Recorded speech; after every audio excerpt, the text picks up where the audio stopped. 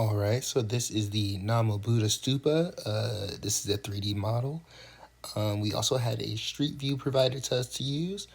But from here, I can see that this is the main big white stupa that may be used by practitioners to meditate, keep relics and pray and meditate and all that. We have the smaller chatyas around here.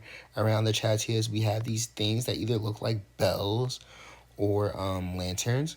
So they can be used to help practitioners recite mantras while they pray. If they're lanterns, I was also thinking since it's a Mahayana uh, temple or a stupa, then maybe it's a representation of the wisdom bodhisattva because she's often depicted with fire or a fiery sword.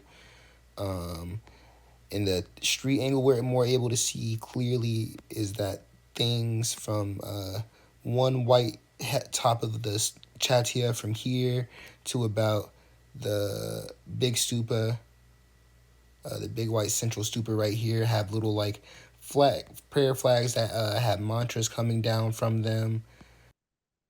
This is the Nama Buddha Stupa, and it's in honor of the great being, a Jataka story of Siddhartha Gautama.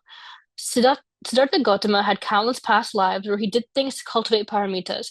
His past lives are the Jataka stories and were from when he was a bodhisattva, a Buddha to be. In this story, great being was a past life of his, and he was a prince who saw tigers who had just given birth and was too weak to hunt. He realized that he couldn't kill another creature to feed her, so instead he sacrificed himself out of compassion and cultivated the paramita of dana, giving.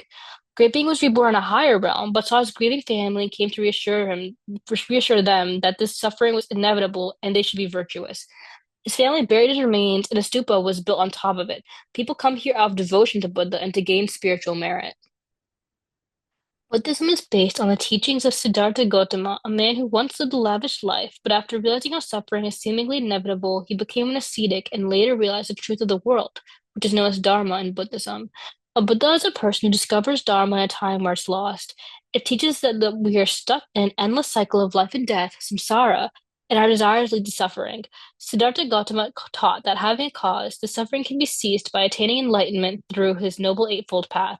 Once a person attains enlightenment or nirvana, they are no longer reincarnated and they can escape samsara.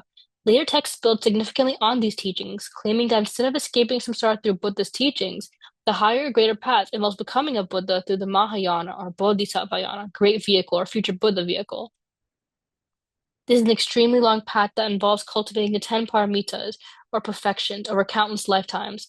The Vajrayana is within the Mahayana tradition. It teaches that there is a faster way to reach the goals outlined in the Mahayana. Vajra means thunderbolt or diamond, signifying the purifying strength of tantric practices. These practices include mantras, mandalas, mudras, and visualizations. These practices are used to accelerate the practitioner's spiritual development. Looking at the 3D model of the Namo Buddha Stupa, we can see two types of tantric mantras. Mantras are a type of ritual technique that is utilized in Vajrayana Buddhism to call upon higher beings like deities, which are gods, or bodhisattvas in order to obtain assistance, guidance, as well as calling them to do one's bidding. Mantras are considered to be sacred sounds, and the colorful flags that you see around the stupa are a type of mantras. They are called prayer flags. These prayer flags have sutras written on them. Sutras are texts about Buddhist teachings. So each time they move in the wind, it is believed that the prayers are dispersed across the region, blessing everyone. Prayer wheels are another representation of mantras. The prayer wheels are seen at the entrance of the Namo Buddha Stupa and lined along the edges of it as well. And on each wheel is written Om Mani Padme Hum, which is a phrase that prays to the celestial bodhisattva or the one on the path to Buddhahood, named Avalokitesvara.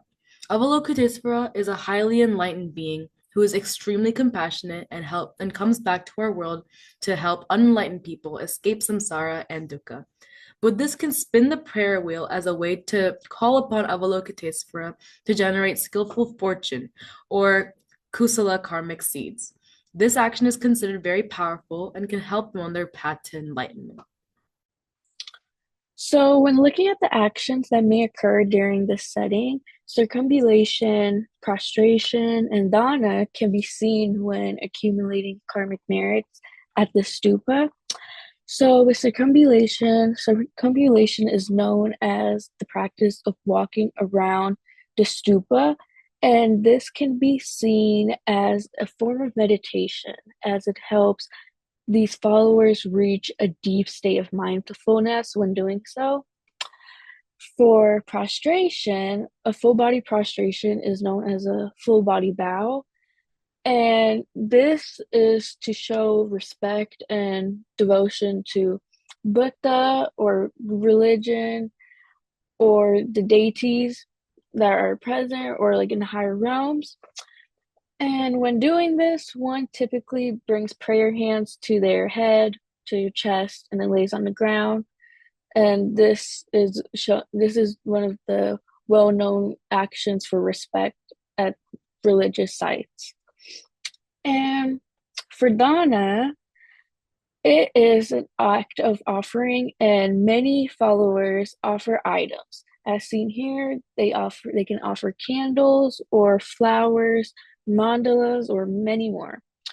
This is also a sign of respect, and it can also connect with the Buddhist teachings as dana is emphasized for the followers. So, when looking at these actions as a whole, it helps followers cultivate the 10 paramitas that will help them in future situations and also form compassion for the concept of the bodhisattva, which is known as the goal of attaining enlightenment for living beings, not just for yourself.